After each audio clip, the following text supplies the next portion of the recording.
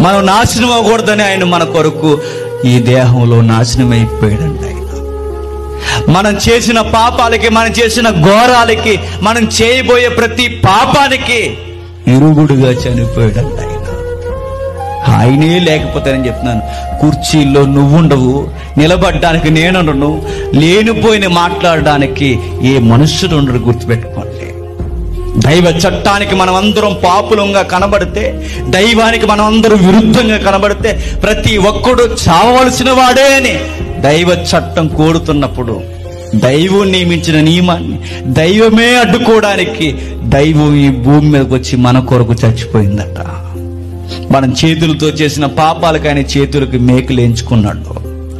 మన కళ్ళతో చేసిన పాపాలకు ఆయన కనుగుడ్డులు ఎరుపెక్కిపోయి రక్తపు కన్నీళ్లుగా మారిపోయాయి.